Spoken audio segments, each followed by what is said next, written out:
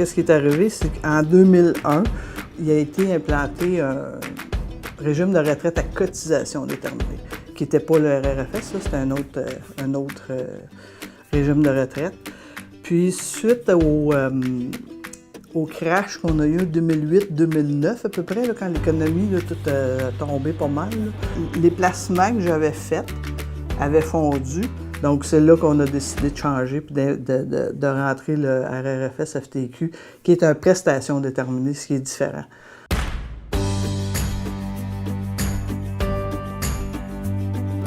Avant le RRFS, on avait les REER collectifs. Début 2008, je pense à la fin janvier, début février, fait une assemblée syndicale.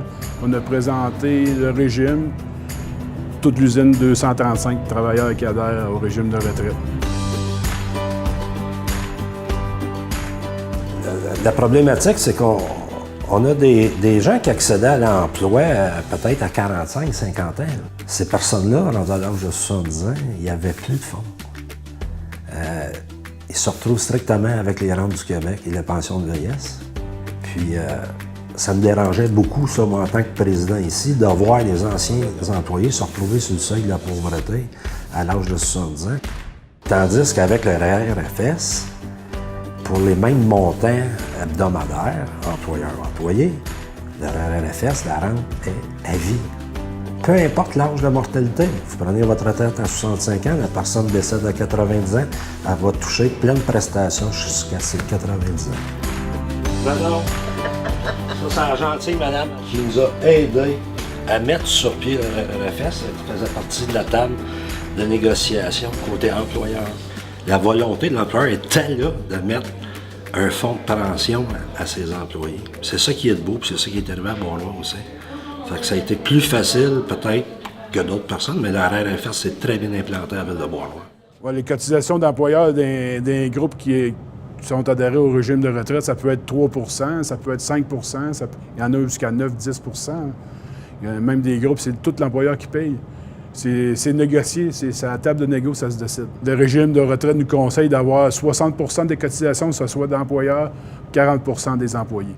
On voulait être sûr, avec ce régime-là, on se sent plus safe avec le syndicat que ce soit la compagnie. Parce que dans les années passées, on entendait ça aux nouvelles, les compagnies qui partaient avec les fonds de pension des employés et qui se ramassaient avec rien.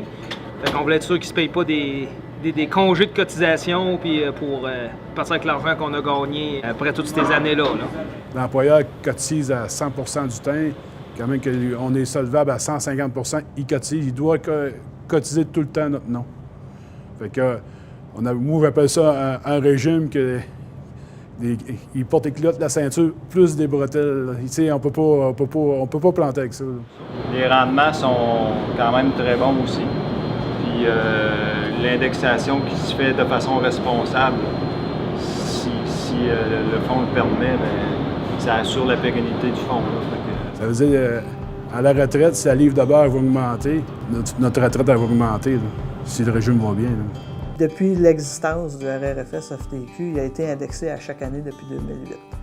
Donc, il y a eu et autant les gens à la retraite que les gens qui cotisent dedans, bien, il est indexé à date. C'est prévu dans la cotisation que pour donner l'indexation, il faut que le coussin soit là. Il y a toujours un coussin de 10 % qui doit être là. Il y a une évaluation actuarielle qui est faite aux 3 ans. C'est ça qui dit si on est viable, si on est capitalisé, puis si on peut continuer à indexer. Le risque est pris par nous autres. Si jamais il arrivait quelque chose, que l'évaluation actuarielle dirait que là, on a trop perdu d'argent, on ne pénalisera pas les gens déjà à la retraite ou on ne baissera pas la rente prévue de quelqu'un qui travaille, qui a cotisé, parce qu'il y a eu un crash économique ou quelque chose. C'est juste qu'on va s'ajuster à la place. Les pompiers sont dotés aussi du RRFS parce qu'ils trouvaient ça super, ce qu'on avait obtenu ici, nous, l'École bleue. Les pompiers se sont dotés du même régime, en étant une petite entité d'une vingtaine d'employés.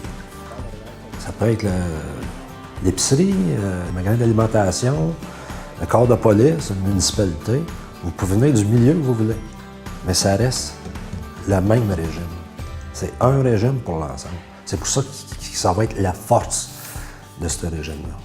Le risque, il va être réparti sur l'ensemble des employés qui sont membres du RRFS et non pas d'une entité spécifique. L'employeur, s'il fait faillite, le régime ne ferme pas. Là. Il y a peut-être bien 180 autres usines qui cotisent là-dedans. Fait que c'est sûr que ça ne peut pas fermer. Leur revenu ne disparaît pas. Là. Le nombre de participants augmente année après année, puis après année. On a près de 11 000 membres. Là-dessus, je pense qu'il y a 300 retraités, là, mais ça va super bien, ça progresse à chaque année. Ouais, la caisse de retraite, je pense que ça doit approcher aux alentours de 150 millions là, à ces jours-ci. C'est quand même des gros sous. Les frais de gestion aussi, plus on est de monde, moins les frais de gestion vont monter et vont être plus bas même, vont baisser.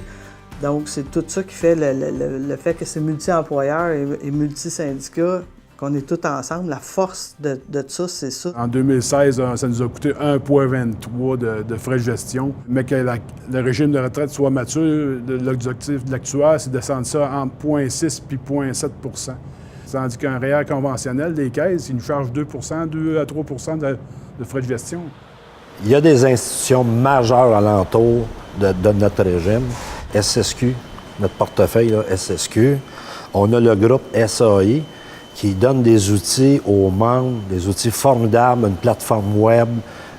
Les membres peuvent avoir accès au site web avec leur propre compte, qui vont leur donner une idée du régime qu'ils possèdent, le portefeuille qu'ils ont, les prévisions à leur retraite, qui est donné par SAI.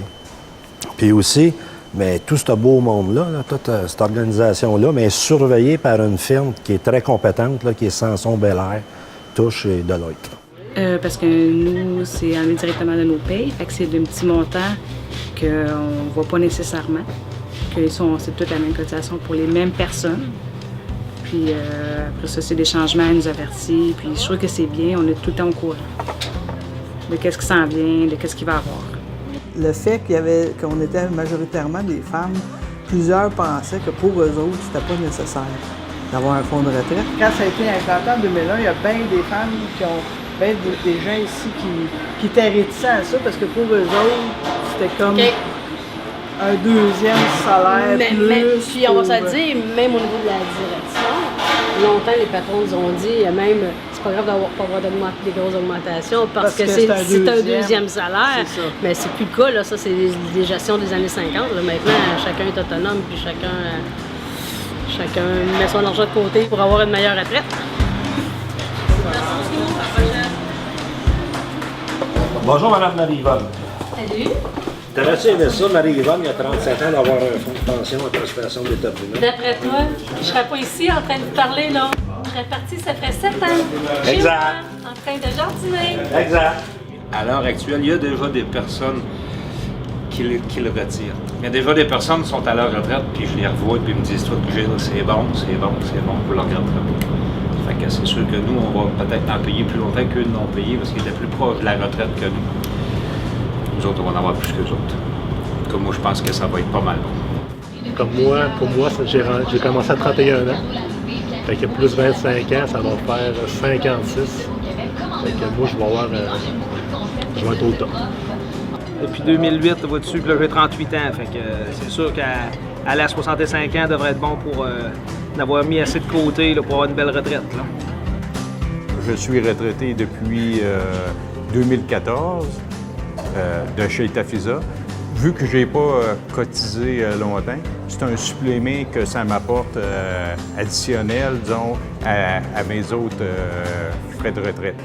J'aime mieux, encore mieux, un régime de retraite qu'un REER. Un REER, bien, tu peux le sortir et faire des mauvais choix, disons, d'investissement. Tandis que ce plan-là, bien lui, le plan de retraite, il te garantit un montant à chaque mois, à vie. Ça, c'est réellement important. Écoutez, je suis fier du RRFS FTQ. C'est un régime à prestations déterminées multi-employeurs qui n'existe pas nulle part ailleurs au Québec, au Canada, et je pense même pas ailleurs dans le monde. Vous savez, il y a eu la sécurité financière à la retraite est un enjeu important au Québec. particulièrement pour ceux qui n'ont pas de régime de retraite à prestation déterminée chez leur employeur. On vous invite à joindre les rangs du RRFS, FTQ. Vous allez assurer votre sécurité financière à la retraite. Merci.